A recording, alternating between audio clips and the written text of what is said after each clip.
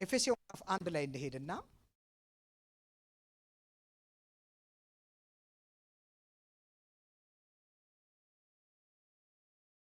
ኤፌሶን ምዕራፍ 1 ላይ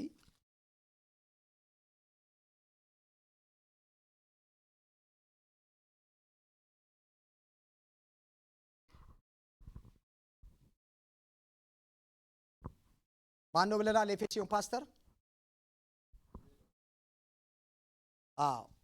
ፓስተር ጢሞቴዎስ፣ መጋቢ ጢሞቴዎስ ከጳውሎስ እግር ስር ቁጭ ብሎ የተማረ ጳውሎስ መንፈሳዊ አባቱ ነው እና ቤተክርስቲያኒቷ ጥሩ የሆነ መንፈሳዊ መነቃቃትና ግንዛቤ የበሰሉ ይመስላሉ አይደለ? ኤፌሶንን ስታነቡ ብትረዱት እንደ ቆሮንጦስ ሰዎች አይደለም የተጻፈላቸው። ቆሮንጦስ በጣም ብዙ የተበላሸ ጉድ ያለበት ቦታ ነው። መገለጥ እኮ አለ አይደል? ትንቢት አለ፣ ልሳን ይተረጎማል፣ መገለጥ አለ፣ አየው ሰማው፣ ብዙ ነው ያለው። ፕሮፌሲ አለ ማለት በጸጋ ስጦታዎች ጢም ያለች ቤተክርስቲያን ናት። ስንመጣ ግን ወደ ማቹሪቲ ስንመጣ ግን የእግዚአብሔር ቃልን መሰረት ምን ያሉ የለቀቁ ወይም የዳግም ውልደት የአዲሱን ሰው የህይወት ስርዓት የእግዚአብሔር መንግስትን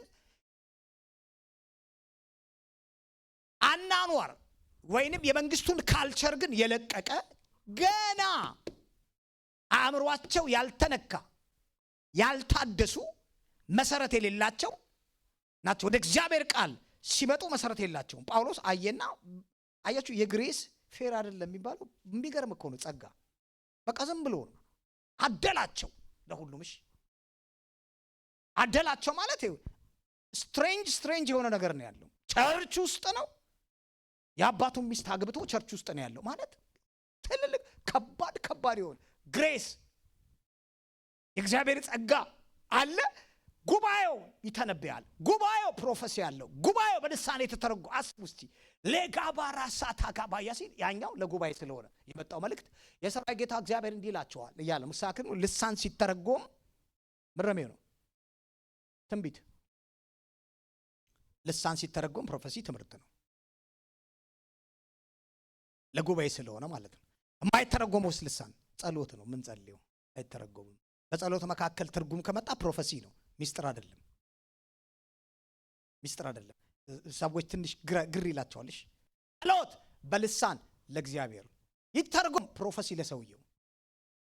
ለሰውየው ትንቢት እና መልእክት እንዲነገረው። ይሄ ቤተክርስቲያን በልሳን እየተረጎመ ትንቢት ያለበት ግን ጳውሎስ መጣና እናንተን እንደ መንፈሳዊ ሰዎች ልነግራችሁ ወይም መንፈሳዊ ነገር ላሳያችሁ ልገልጥላችሁ አልችልም። ሳያችሁ ገና እንደዚህ ሳያችሁ ማዕከላችሁ መጥቼ ሳይ ያለውን እናንተ ላይ የተገለጠው ባህሪ ዲቫይን ኔቸር አይደለም እያየሁባችሁ ያለሁት አት ኦል። ስለዚህ አሁን ብዙ ሰዎች ስለ መለኮታዊ ባህሪ ስናወራ እንትን ነው የሚመስለው ማየት መገለጥ ኖ አይደለም ትንቢት ኖ። ቆሮንቶስ ላይ መጥቶ ሳይ ዲቫይን ኔቸር አይደለም ያየሁባችሁ። የጣላችሁት ከክርስቶስ ጋር የተሰቀለው ያ የአዳም የወደቀው አዳም ኔቸር እናንተ ጋር ምን ብሏል? በግልጥ ይታያል። ጎልብቶ የጠረባችሁት አይደለም፣ እያነሳችሁት አይደለም። እሱን እያስወገዳችሁ በአዲሱ ሰው የህይወት ስርዓት ማንነት እየኖራችሁ አይደለም። በውስጣችሁ የተተከለውን ቃል በየዋህነት አልተቀበላችሁትም። ልጅነት አይባችኋለሁ። ምንድነው የሆነው? እነሱ መካከል መለያየት። አንደኛው እሺ ይለያዩ ነበር፣ አድመኞች ነበሩ። ሲምፕል እኮ ነው። መለኮታዊ ባህሪ ተካፋይ ሆናችኋል እያለ ለመጽሐፉ አማኙ ህይወት ላይ ከዛ በተቃራኒ የሚገለጥ ሁሉ ነው ስጋቢ ነው። ስለዚህ አይገመትም። ምን ይሆን አይባልም። ምን አለ ማለት ነው? መከፋፈል ማከላቸዋል። ለምሳሌ አሁን እኛ ቸርች አድመኝነት ካለ ወደዳችሁም ጠላችሁም የክፉ ስራ ምን እያለ ነው? እየሰራ ነው። ከዛ መለያየት፣ ቅናት አለ፣ ይገፋፋሉ። ከዛ አንዱን ምን ይላል? ይኮንናል፣ ይጥላል፣ ይመታል፣ ስም ያጠፋል፣ እነዚህ ቆሮንቶስ እኔ እንትና ነኝ እኔ እንትና ሚል በግሩፕ ምን ያለ ነው የተከፋፈለ ነው። እኔ ሽማግሌው ነኝ የሚላለሽ ኖ እኔ መሪው ነኝ። ከዛ እኔ የእንትን ከዛ ክፍልፍል ብሏል። እሺ ከዛ የእንትን ደጋፊ አለ የሽማግሌው ደጋፊ ነው እንትን እንዳይል። ከዛ ያገልጋይ ደጋፊ አለ። ከዛ በጣም ይባርካቸው ዘማሪ ካለ የዘማሪው እኔ የጳውሎስ ነኝ የኬፋ ነኝ የጳውሎስ ነኝ የኬፋ ነኝ የአጵሎስ ነኝ እኮ እናምጣ አሁን ወዳለችዋ ቸርች እኔ በቃ እንትና ሲያስተምር በጣም ደስ ይለኛል እኔ እሱ ነኝ። ከዛ አንደኛው አይደለም እኔ እዛ ጋር ያለው እኔ የሊደሩ ነኝ አይደለም እኔ እዛ ጋር ሽማግሌ ወጥሮ ነው እኔ በሚል ቸርቹ ምን ያለ ነው የተከፋፈለ ነው። እሺ አፋቸው ሲከፈት ያስታውቃል። እችኛዋ ቤተ ክርስቲያን ግን ከዛ ነገር ምን ያሉ ናቸው የወጡ በሰል ያሉ። ጳውሎስ አሁን ብነግራቸው ይሄን መልእክት ባቀብላቸው የመረዳት አቅም አላቸው ይገነዘባሉ ብሎ ነው። የሆነ ነገር ከላያቸው ላይ የሆነ ጥላ ገለል ብሏል። ትዝ ይላችኋል ሁለተኛ ቆሮንቶስ ምዕራፍ 3 ላይ ጳውሎስ እንዴት ከፊት ለፊታችን ስለ ሚረር ፕሪንሲፕል ሲናገር ከፊት ለፊታችን ገለል የሚል ነገር አለ። ምን ማለት መሰላችሁ እያለ ያለው ነፍሳችን ላይ የነፍሳችሁን መዳን አሁን ፈጽሞ አረ የሚለው ነፍስ በእግዚአብሔር ዕውቀት እየታደሰች ምን ማለት አሮጌውን ዕውቀት አሮጌውን ያኗኗር አይዲያ ብለን ያስቀመጥነው እኛ ጋር ያለውን እያወጣን አዲሱ እኛ ጋር እየገባ እዚህ ውስጥ ያለውን ምን መናገር እንዳለብን የተሰጠናለ። አሃ ከዚህ በኋላ ይሄን ነው የምናገረው። ከዚህ በኋላ የምተረጉመው እንደዚህ ነው። ከዚህ በፊት ዓለም ላይ ገምቼ ተረጉም ነበር። አሁን ግን ገምቼ አይደለም የምተረጉመው። ከዚህ በኋላ ዓለም ላይ ያስኩት ነው በለው ተያዘ ነው ውገረው። አሁን ግን ኖ እንዴት ፕሮቴክት ላድርገው? እንዴት ልጸልይለት? እንዴት ላንሳው? እንዴት ነው ጌታ ሲያይ ነገርን ተርጉሙ? እንዴት ነው ሰውየውና ኃጢአቱን ለይቶ እሷንና ድካሟን ለይቶ እንዴት ነው የሚያቀነው? እናንተ ብርቶች የደካሞችን ሸክም ተሸከሙ። እንዴት ነው የምሸከመው የሚል አቲቲዩድ ዝም ብሎ አይመጣም። ያሮጌው የለመደው ላይ ያዘው ነው ተያዘ ነው ያደግነው በፌደራል ስለሆነ የሆነ ነገር ከሆነ ያዝኩት ነው በቃ ተይዶ ያዘው ነው። ያ አመለካከት ወጥቶ ማቅናት መያዝ መሸከም ላይ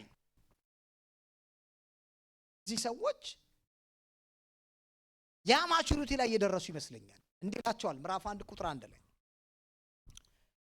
በእግዚአብሔር ፍቃድ የኢየሱስ ክርስቶስ ሐዋርያ ከሆነው ከጳውሎስ በክርስቶስ ኢየሱስ ላሉ ለታመኑ በኤፌሶን ለሚገኙ ቅዱሳን ከእግዚአብሔር ከአባታችን ከጌታችን ከኢየሱስ ክርስቶስ ጸጋና ሰላም ለእናንተ ይሁን ይላል።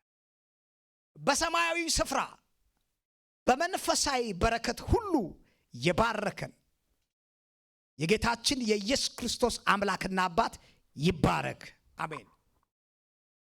በፊቱ ቅዱሳንና ነውር አልባ እንድንሆን ዓለም ከመፈጠሩ አስቀድሞ በእርሱ መርጦናልና።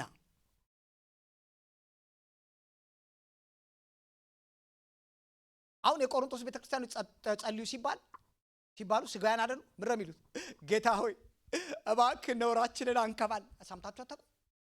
ነውራችንን ምን አድርግ ራሱ ቆይ እንዴት ነው የሚያውቁት? መንከባለሉና ለመንከባለሉ መጨረሻ ላይ እሺ ይጸልዩ አይደል? ይጸልይ ጌታ ሆይ ነውሬን አንከባል ብሎ ሲነሳ እንዴት ነው የሚያውቀው ሰውየው? እግዚአብሔር እንዳንከባለለለትና እነዚህ ሲመጣ ግን ኮሙኒኬት የሚያደርጋቸውን ዊዝደም ይውሽ በፊቱ ያለ ነውርና ያለ ነቀፌታ ምን እንድንቆም አለን። ያለ ነውርና ማይ ጋድ በፊቱ ቅዱሳንና ነውር አልባ እንድንሆን ዓለም ከመፈጠሩ አስቀድሞ በእርሱ ተመርጠናልና። እስቲ እንደዚህ በሉ፣ እኔ በሉ ዓለም ከመፈጠሩ አስቀድሞ በእግዚአብሔር ፊት በክርስቶስ ኢየሱስ ያለ ነቀፌታና ነውር አልባ እንድሆን ተመርጫለሁ። እኔ በሉ ነቀፌታ የለብኝም። እኔ በክርስቶስ ነውር የለብኝም። አያችሁ፣ ኮሙኒኬት ሲያደርጋቸው ካሉበት ፍጥረታዊ ዓለም ከሚያስበው ረለም ክልል ግዛት አወጣቸውና ያላችሁት የት እንደሆነ ታውቃላችኋል? በሰማያዊው ስፍራ በመንፈሳዊው በረከት ተባርካችኋል። ይሄም ደግሞ እግዚአብሔር ዓለም ከመፈጠሩ አስቀድሞ በክርስቶስ ኢየሱስ ነውር አልባ። ማይ ጋድ የሚገርም አይደል? የሚገርም እኮ ነው። አሁን እኮ ሰው እኮ ነው እንደሚያየው። እግዚአብሔር ሰው እንዳየ አያይም፣ እንደሰማ ማይ። እግዚአብሔር ሲያይ ባየ ነውር አልባ ነህ። ሰው ሲያይ ያወጣልሃል የሆነ ነገር። አረ እንዲህ አይደል እንዴ? እንደዚህ አይደል እንዴ? እንዲህ እግዚአብሔር ሲያይ ኢን ክራይስት ስለሆነ ነቀፌታ የለብን። ኮምፕሊት ነው እሱ ሲያይ፣ በእርሱ ነው የሚያይ። ለምን? እሱ ስላንተ ያንተን ቦታ ተክቶ ዋጋ ከፍሎልሃል። ልክ ሲያይ ነውር አልባ። ዛስ ዋይ በጣም ብዙ ሰው የማይገባ ያ ባይሆን ማንም ሰው በእግዚአብሔር ፊት መቆም አይችልም። ያን አትርሱ። ማንም ሰው በፊቱ የመቆም ድፍረት እንኳን የለንም። ከዛ ጳውሎስ ይቀጥልና እንዲህ ይላል፣ በኢየሱስ ክርስቶስ ልጆች እንሆን ዘንድ እንደ በጎ ፈቃዱ አስቀድሞ ምን አለን? ወሰነን። ይኸውም በሚወደው በእርሱ በኩል በነፃ የተሰጠንን ክቡር የሆነውን ጸጋ እንዲመሰገን ነው። ይሄ ግሬስ አለ ጳውሎስ። እናንተ ኤፌሶን ሰዎች ይሄ ጸጋ፣ ይሄ አቅም፣ ይሄ ነውር አልባነት የታጠባችሁት በምንድን ነው አለ? በነፃ። ለምን ሲባል ክቡር የሆነው የእግዚአብሔር ባለጠግነት ይመሰገን ዘንድ እንዲሁ ለጋሽ ሰጪ እንደሆነ እግዚአብሔር እንዲሁ ታመሰግኑት ዘንድ የናንተ ልፋት የሌለበት የናንተ ድካም የሌለበት ነፃ የሆነ ስጦታን የተሰጣችሁ በእርሱም አለ በክርስቶስ እንደ እግዚአብሔር ጸጋ ባለጠግነት መጠን በደሙ በተደረገ ቤዛነት የኃጢአትን ይቅርታ አገኘን። ቀጥሎ ያለውን ጸጋውንም በጥበብና በማስተዋል ሁሉ ምን አለልን? አበዛልን።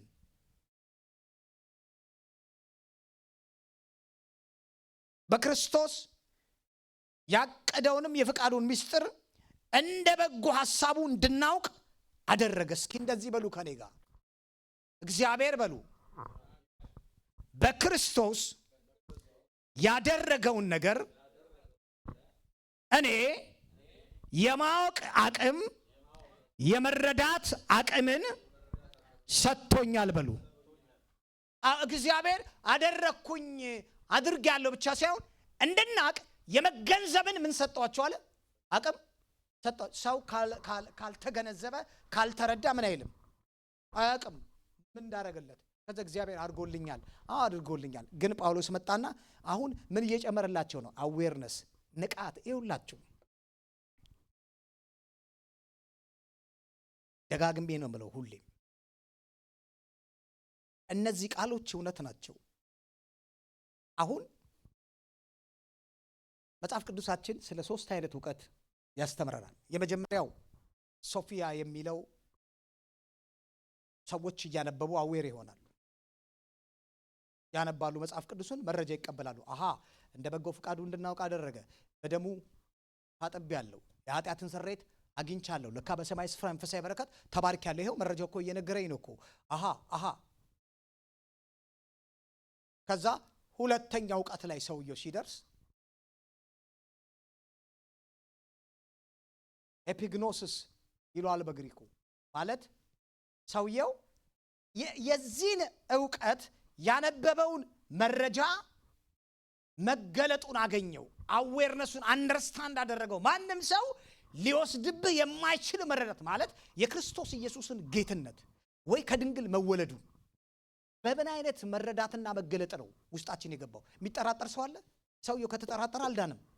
አያችሁ ማለት ሌሎች ሰዎች እኮ መቀበል ያቆሙት እንዴ የሚስቁ አለ ይሉ ድንግል ትጸንሳል ትቀልላለህ እንዴ ብሎ ይሄዳልሽ አይቀበልህም።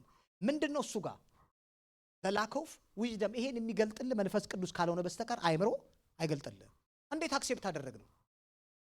ማን እንድንቀበል ያደረገን? ምን አይነት መለኮታዊ ዕውቀት ቢገባ ነው ያንን እንድንቀበል? የለም አዎ የሚለውን እግዚአብሔር ያደርጋል ይችላል የሚለውን ዕውቀት፣ አዎ አምላክ በስጋ ተገልጧል የሚለው ዲቫይን ኖሌጅ ውስጣችን እንዴት ገባ? መንፈስ ቅዱስ ኢምፓርት አደረገ። ልክ የልብ ዝግጅትኛ ወንጌል ስንሰማ እምነት ውስጣችን ሲፈጠር ይሄ ዲቫይን ኖሌጅ ባይኖር መንፈስ ቅዱስ አብሮቱን ባይሰጠን ሰው ድንግል ትጸንሳለች የሚለው መቀበል አይችልም። ስለዚህ እግዚአብሔር ያደረገውን ነገር ሁሉ በቅዱስ ቃሉ ሲነግረን አብሮ ከቃሉ ጋር ጥበብን አስቀምጧል። ስለዚህ ነው ሰለሞን ምሳሌ ላይ ሲጽፍ ምንድነው ያለው? ልጄ ሆይ አይደለ? ላሳይችሁ ምሳሌ ምዕራፍ 3 ላይ ምሳሌ መጽሐፍ የጥበብ መጽሐፍ ነው።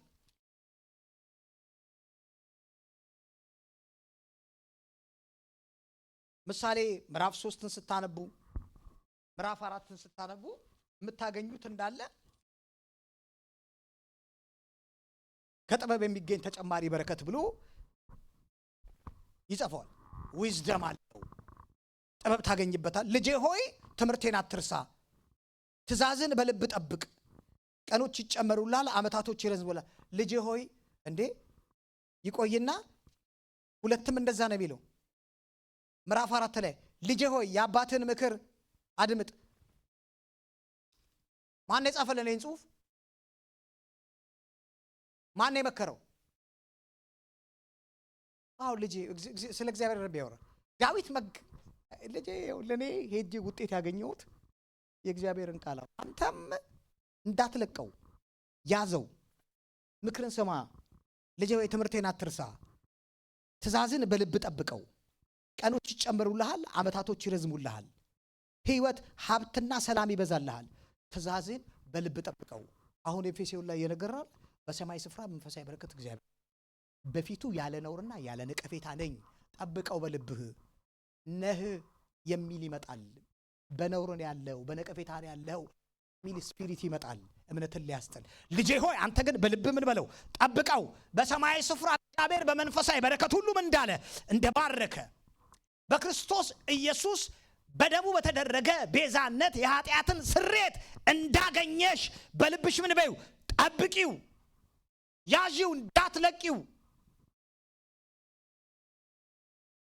አሁን የምንጠብቀው በልባችን ሌላ አይደለም፣ መሰረት ተደርጎ የተቀመጠልን የአዲስ ኪዳን የእምነታችን ጀማሪና ፍጹም አድራጊ የሆነውን የኢየሱስ ክርስቶስን ስራ ነው የምንጠብቀው። ስለዚህ መለሳለሁ ወደ ኤፌሶን ምዕራፍ 1 ቁጥር 10 ላይ እንዲህ ይላል፣ በዘመን ፍጻሜ ይሆን ዘንድ ያለውን ሐሳቡን በሰማይም ሆነ በምድር ያሉትን ነገሮች ሁሉ ራስ በሆነው በክርስቶስ ስር ለመጠቅለል ይልና ሁሉን በፍቃዱ ምክር መሰረት እንደሚሰራ እንደ እርሱ ዕቅድ አስቀድመን የተወሰንን እኛ ደግሞ በእርሱ ተመርጠናልና ይኸውም በክርስቶስ ተስፋ በማድረግ የመጀመሪያ የሆነው እኛ ለክብሩ ምስጋና እንሆን ዘንድ ነው። እናንተም ደግሞ የእውነትን ቃል ይኸውም የድነታችሁን ወንጌል በሰማችሁበት ጊዜ ወደ ክርስቶስ ተጨምራችኋል። አምናችሁም በእርሱ በሆነው ተስፋ ሆኖ በተሰጠው በመንፈስ ቅዱስ ማህተብ ታተማችኋል። ለክብሩ ምስጋና ለመሆን የእግዚአብሔር የሆኑትን እስኪዋጅ ድረስ እርሱ ለርስታችን ዋስትና ቢሆን መያዣ ነው። መንፈስ ቅዱስ ታተማችኋል፣ ዳግም ውልደትን አግኝታችኋል እናንተ። ስለዚህ አለ ጳውሎስ በጌታ ኢየሱስ ስላላችሁ እምነት ለቅዱሳን ሁሉ ስላላችሁ ፍቅር ከሰማሁበት ጊዜ አንስቶ በጸሎቴ እያስታወስኳችሁ ስለ እናንተ ምስጋና ማቅረብን አላቋርጥም። የክብር አባት የሆነውን የጌታችን የኢየሱስ ክርስቶስን አምላክ ይበልጥ እንድታቁት የጥበብና የመገለጥ መንፈስ እንዲሰጣችሁ ያለማቋረጥ እለምናለሁ። አሁን ጳውሎስ ከላይ ነገራቸውና በሉ በደሙ በተደረገ መዋጀት የኃጢአትን ይቅርታ አግኝታችኋል። በሰማይ ስፍራ መንፈሳዊ በረከት እኮ ነው የባረካችሁ። ዓለም ከመፈጠሩ አስቀድሞ እግዚአብሔር በክርስቶስ ኢየሱስ ያለ ነውርና ያለ ነቀፌታ እንድትሆኑ እኮ መርጧችኋል እያለ ጳውሎስ ከደረደረ በኋላ ይሄ እኮ እግዚአብሔር ዘላለማዊ እቅድና ሐሳቡ ነው። እንደውም በመጨረሻ ዓለምን ሁሉ በክርስቶስ ኢየሱስ የመጠቅለል አጀንዳ እኮ ነው ያለው። ይሄን ደግሞ እናንተ ይሄን ወንጌል ከሰማችሁበት ጊዜ አንስቶ ስለተቀበላችሁት ዳግም ስለተወለዳችሁ እግዚአብሔር እና ወይንም መያዣ መንፈስ ቅዱስ ምን አላችሁ አለ ሰጥ። ይሄ የደህንነታችሁ ማረጋገጫ ነው። መንፈስ ቅዱስን ስትቀበሉ ወደ ክርስቶስ ምን ብላችኋል? ተጨምራችኋል። ያ ማለት የክርስቶስ የአካሉ ክፍል ሆናችኋል። አንደኛ ቆሮንቶስ ምዕራፍ 12 ላይ ምንድን ነው የሚለው? ሁላችን አንዱን መንፈስ እንድንጠጣ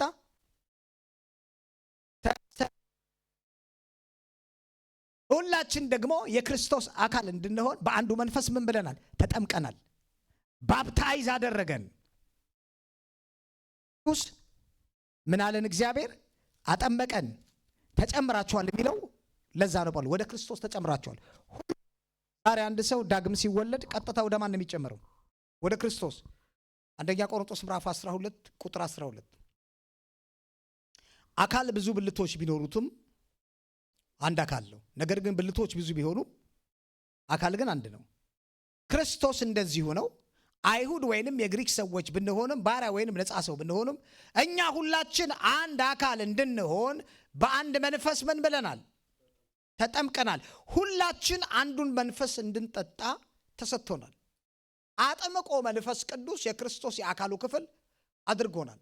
ስለዚህ ወደ ጌታችን ወደ ኢየሱስ ክርስቶስ ስለተጨመራችሁ አለ ጳውሎስ፣ እኔ የምጸልየው የጌታችን የኢየሱስ ክርስቶስን አምላክ እንድታውቁትና የጥበብና የመገለጥ መንፈስ እንዲሰጣችሁ ያለማቋረጥ እለምናለሁ። አሁን የጀመርነው ሮታላ ትላንት ስንጸልይ ነበር። ለሳናችሁ ሐሳቦችን ፊልሞና ምዕራፍ 1 ቁጥር 6 አንስተናል አይደለ? ዮሐንስ መልእክት ላይ ጸልየናል። ሶስተኛ ዮሐንስ መልእክት ሌላስ ታስታውሳላችሁ አይደለ? ኤፌሶን ምዕራፍ 1 ቁጥር 19 ላይ ጸልየናል። በክርስቶስ ፊልሞና 1 ላይ በክርስቶስ ስላለን መልካም ነገር ሁሉ በሚገባ ትረዳ ዘንድ እምነትን ለሌሎች ለማካፈል እንድተጋ ጸልያለሁ። አሁን ለምንድን ነው ግን የማይገል? ለምንድን ነው ግን ኢምፓክት የማይመጣው ህይወታችን ላይ? ወይ እንደተባለው መጽሐፉ እንደሚለው ለምንድን ነው እምነትን ለሌሎች ለማካፈል እንድትተጋ ስላንተ ጸልያለሁ። ከዛ ወዳጄ ሆይ ዮሐንስ 3 ከ1 እስከ 2 ነፍስ በመልካም ሁኔታ ላይ እንዳለች ሁሉ መልካም ጤንነት እንዲኖር በነገር ሁሉ እንዲሳካል ጸልያለሁ። ምንድነው ታዲያ የጎደለው ሲባል ወርዱን እንማራለን። ከዛ ሰውየው ሲወጣ እኛ አረሳም፣ እኛ ጋር አረሳም። ኢየሱስ ጌታ ነው።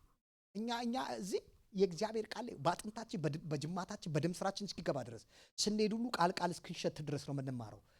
ይሄ ነው የሚያቆመው።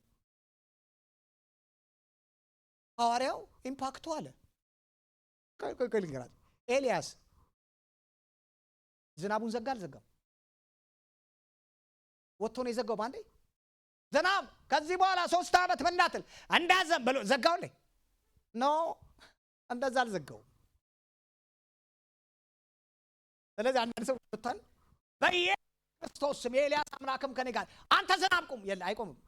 እንደውም ዶፉ እየጨመረሽ አንተ ቁም አረቁም ብያለ ዳዳዳዳዳ አይቆምም። ምንድነው ሴክሬቱ ባል? ያዕቆብ ምን አለ?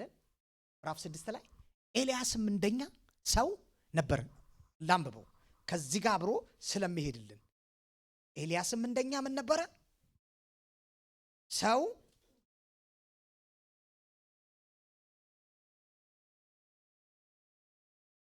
ያዕቆብ ምዕራፍ ማይ ጋድ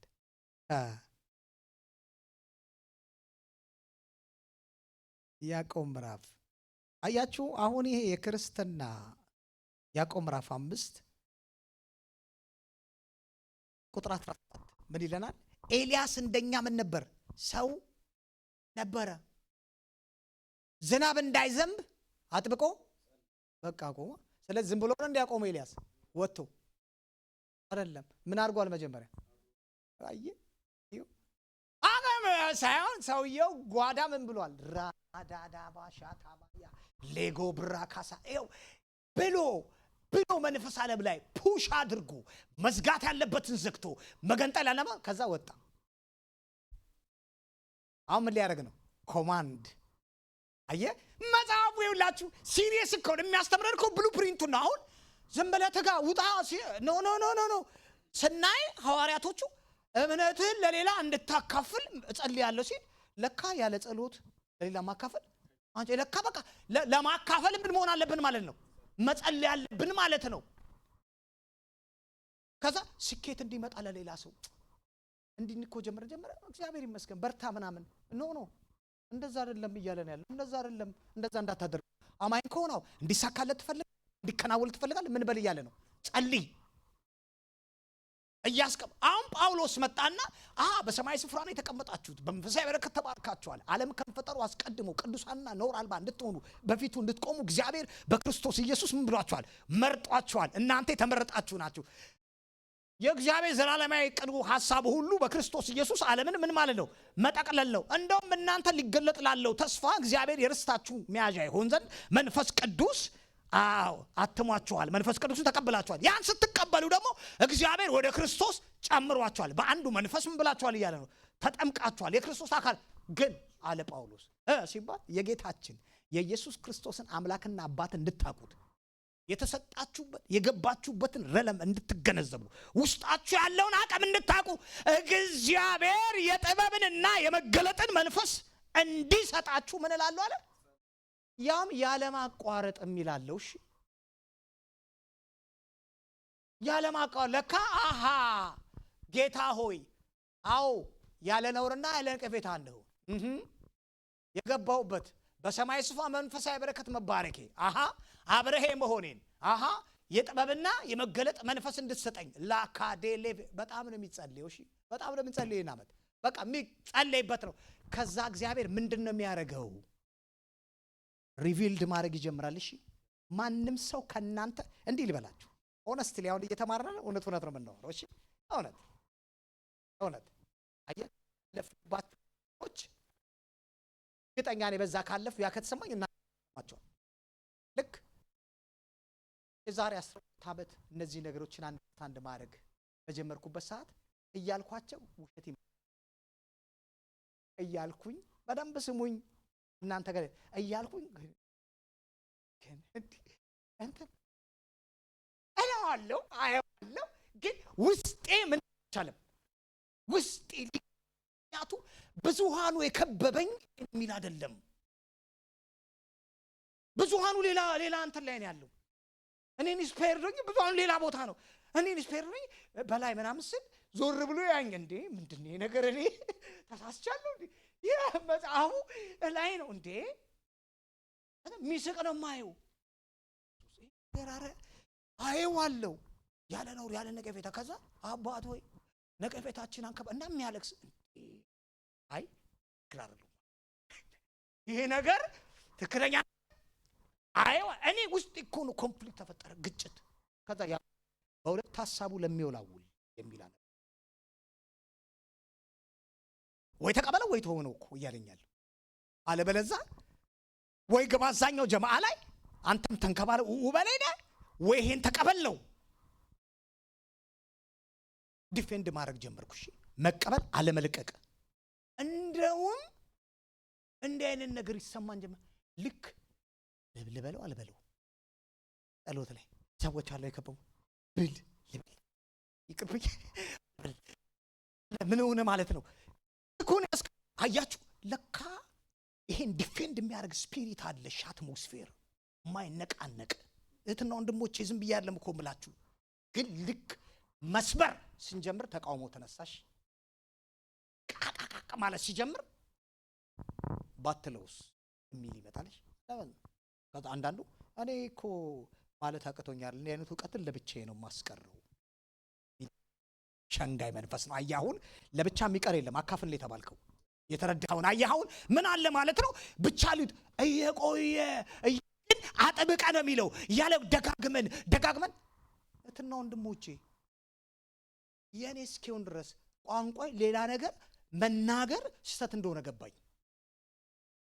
በቃ እዛ ነገር ላይ እስክንመጣ ድረስ አሁንም ግን እየጨመርን እየጸለይን አለበለዛ መጽሐፉ ሐዋርያቶች እኮ አሉ እኮ እነሱ እኮ ነው የእምነታችን ጀማሪና ፍጹማት እጸልያለሁ ካሉ እንዴት ነው እኛ ማንጸልየው? እነሱ እንድታቁ ጸልያለሁ ካለ ወይ ጳውሎስ ለነዚህ ሰዎች ነው እንደዚህ አልካቸው ኤፌሶን ላይ አንተ እየመራሃቸው አስቡ። ይሄ አፖስትል እኮ ነው ያን ቸርች ከላይ ሆኖ ምን የሚለው የሚቆጣጠረው እሱ እኮ ነው። አሁን ዕውቀት እየነገረ አሁን መገለጥ እንዲመጣ ስለናንተ እየተጋደልኩ ነው ይላል፣ እየጸለይኩ ነው ይላል። ሄዱ ቆላሲያስ ምዕራፍ 4 ላይ ቆላሲያስ ምዕራፍ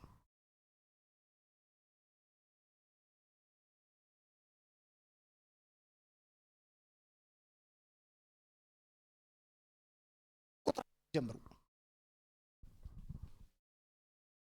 ጳውሎስ እንደው ሰላምታ የሚያቀርብላቸው አብሮኝ የታሰረው አርስጥሮኩስ የባርናባስ ያክስት ልጅ ማርቆስ ሰላምታ ያቀርብላችኋል።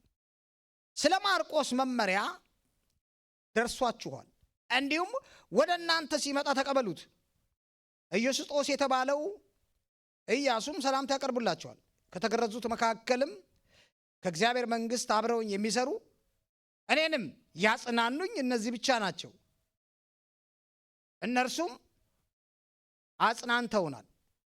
ከእናንተ ወገን የሆነው በክርስቶስ ኢየሱስ አገልጋይ የክርስቶስ ኢየሱስ አገልጋይ ኤጳፍራ ሰላምታ ያቀርብላችኋል። እርሱም ከዚህ በኋላ ያለን የፈለጉት እርሱማ ኤጳፍራ ፍጹም ጠንክራችሁና ሙሉ በሙሉ ተረጋግታችሁ በእግዚአብሔር ፍቃድ ሁሉ ጸንታችሁ እንድትቆሙ ዘወትር ስለናንተ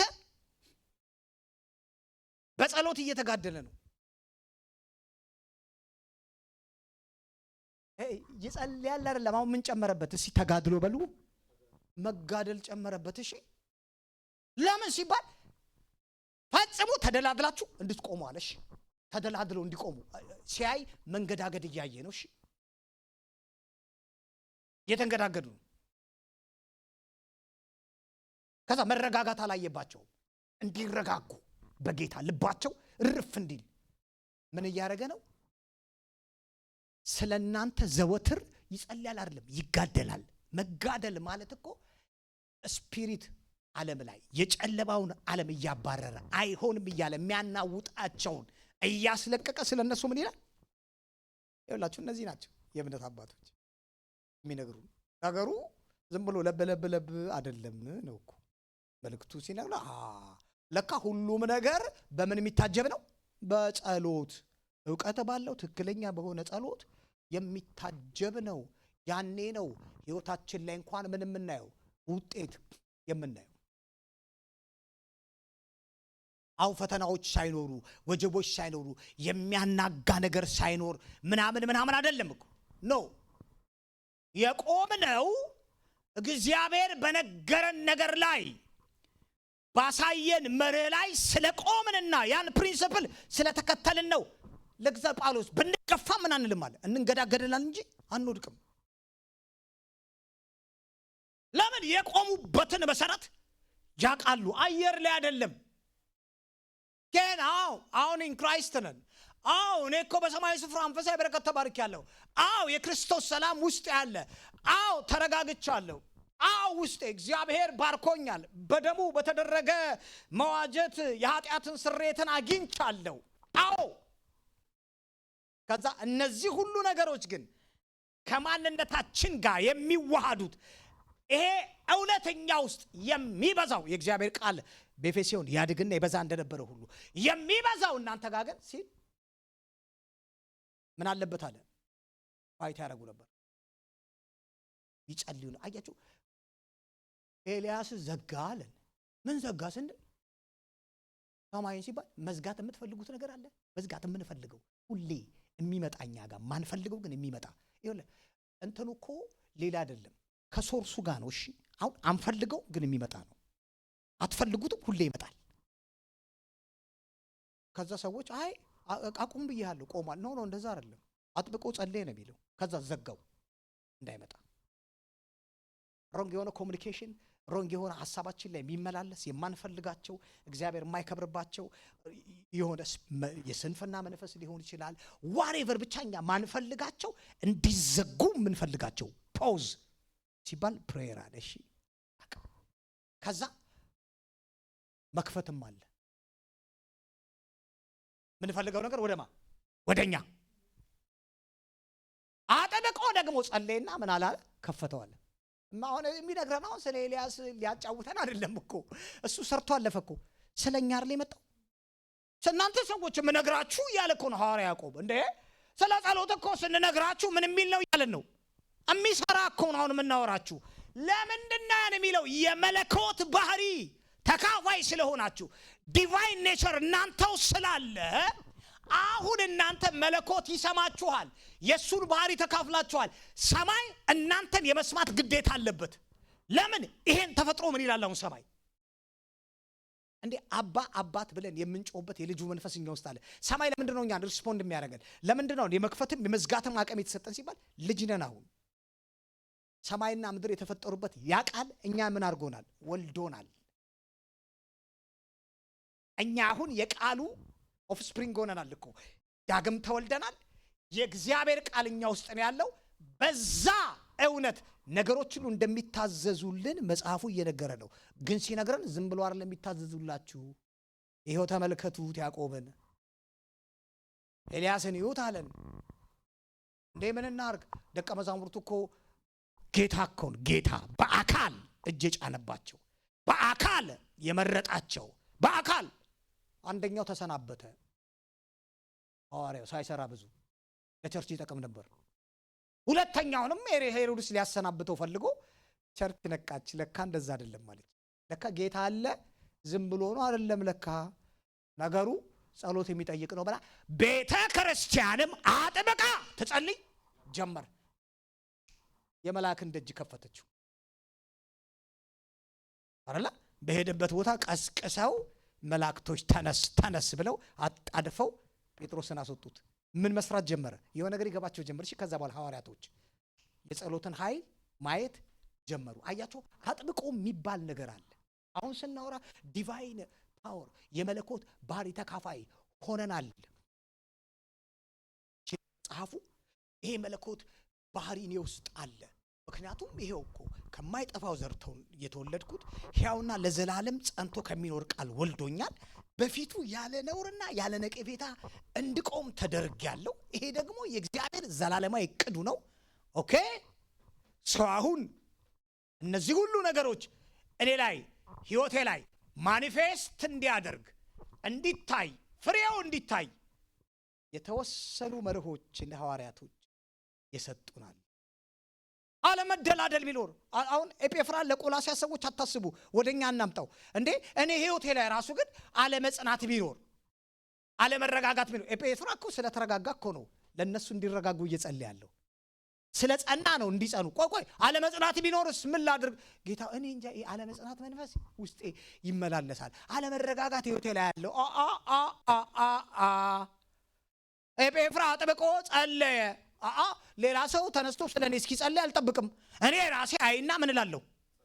ራሳችን ብንመረምር ተፈረደም ነበር ሲል ጳውሎስ። እቺ ነገር እኔ ላይ ያለው ይሄ ነገር ምን በሉ እያለ ነው። አጥብቆ ያን ነገር ገለል እስኪያደርግ አጥብቆ ጸለየ። ከዛ ይውላችሁ መንፈስ ስለሆነ እግዚአብሔር የሆነ ቦታ ላይ ራሳችሁን የምታገኙት ጸንታችሁ ነው። እሺ እንዴት ነው ያለፍኩት ስትሉ ዋው አላ መንፈስ ዓለም ላይ ያስቀመጣችሁት። ብዙ የሚሸወድ እኮ ለዛ ነው። አሁን ነበር እኮ እግዚአብሔርን እኔ በህይወቴ ያላወቅኩት ነገር ሀፕን ቢያደርግ እግዚአብሔርን አላሳብብም። እንግዲህ እሱ ኖ የመጀመሪያም ብለው ምንድነው this is my mistake የሆነ አንደርስታንድ ያላደረግኩት ነገር አለ እንጂ እግዚአብሔር ሁልጊዜ ከኔ ጋር ነው። ሁልጊዜ አብሮን ያለው እየነገረን ያለው። አሁን ከዚህ መጽሐፍ ውጪ ሌላ መረጃ የለም። ትክክለኛ መረጃ ከፈለገ ነው በተጋ አይደለም ምናምን ኖ ሊመታ ነው እግዚአብሔር ከፈለገ አንድ የፈለገውን ማድረግ ይችላል። የፈለገውን ማድረግ ሉዓላዊ ነው። ግን ያለ መርህ አያረግም እኮ። ጊዜው ሳይደርስ ልታጠፋ ለመጣን ማጥፋት ድርግምግም አድርጎ አጋንንትን ከምድር ላይ ለምን አያስወግድልንም? እግዚአብሔር ያለ መርህ፣ ያለ ጊዜው፣ ያለ ስርዓት አያደርግም። ለምን ሁሉንም አያድንም? እግዚአብሔር አንዴ አያዝንም እንዴ? ሁሉ ሰው ሲውል ሲወርድ አያድንም። ለሰው ልጆች ነፃ ፍቃድ ስለሰጠ ያን ፍቃድ መቀማት አይችልም። ሰዎች ወደውት እንዲቀበሉ መልእክተኞችን ይልካል። አያችሁ፣ መርህ ስርዓት ያለው ፕሪንሲፕል ያለው ኦርደር የሚከተል አምላክ ነው። 5000 ሰዎቹን እንኳን ሲያበላቸው ደቀ መዛሙርቱ በምን አስቀመጧቸው ነው የሚለው?